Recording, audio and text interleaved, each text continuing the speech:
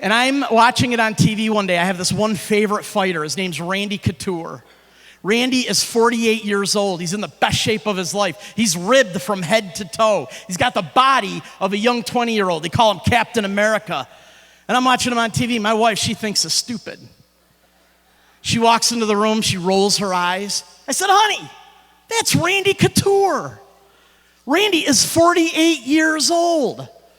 That's what I'm going to look like in just 3 years.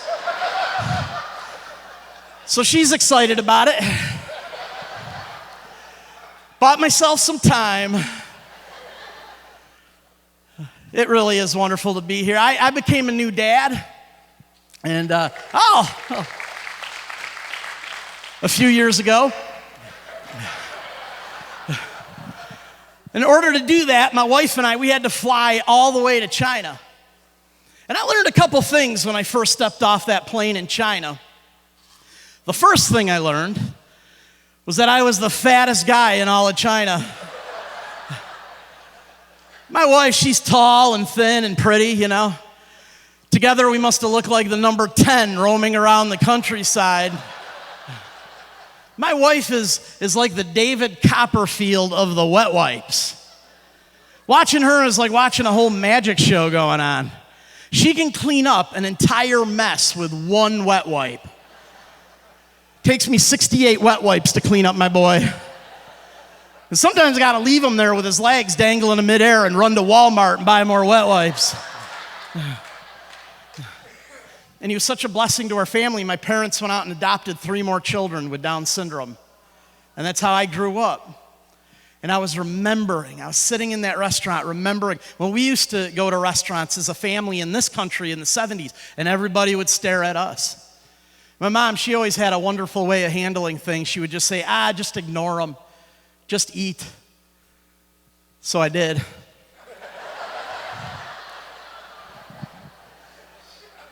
And I'm a lot like my father in some ways, you know, like this right here. I got from my dad. This right here I got from my dad. He died a few years ago. He's actually very svelte. But he had 11 sisters growing up. And they were all shaped like me. Our family reunions look like Liberty Bell conventions. And I realized I received 2 great gifts that week. The first great gift, obviously, was my son Simon. Abandoned in the woods in the middle of winter on the day he was born, and of all the people on the planet, my wife and I were chosen to be his parents.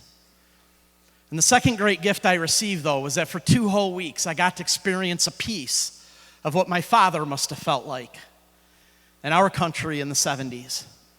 For 2 whole weeks, I got to sort of follow in my father's footsteps.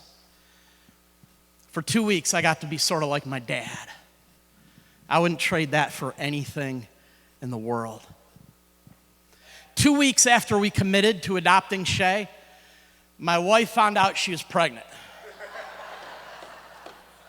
And then 2 weeks after getting Shay home from Ukraine, my wife gave birth to little Emily.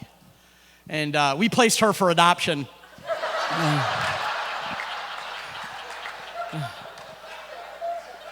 We figured it was like the take a penny, give a penny tray you see at the gas station. We took a few, it was our turn to get back. And we started dating again, and when it looked like it was headed in this direction, she said, I have 2 requirements for any man that I'm going to marry. The first one is that he has to be willing to adopt an orphan. I have to get one out. If it can only be one thing I do in life, I have to get one out. Well, adoption was a big part of my life growing up, so I was game. She said the second requirement for any man that I'm going to marry is that man has to be intensely good looking.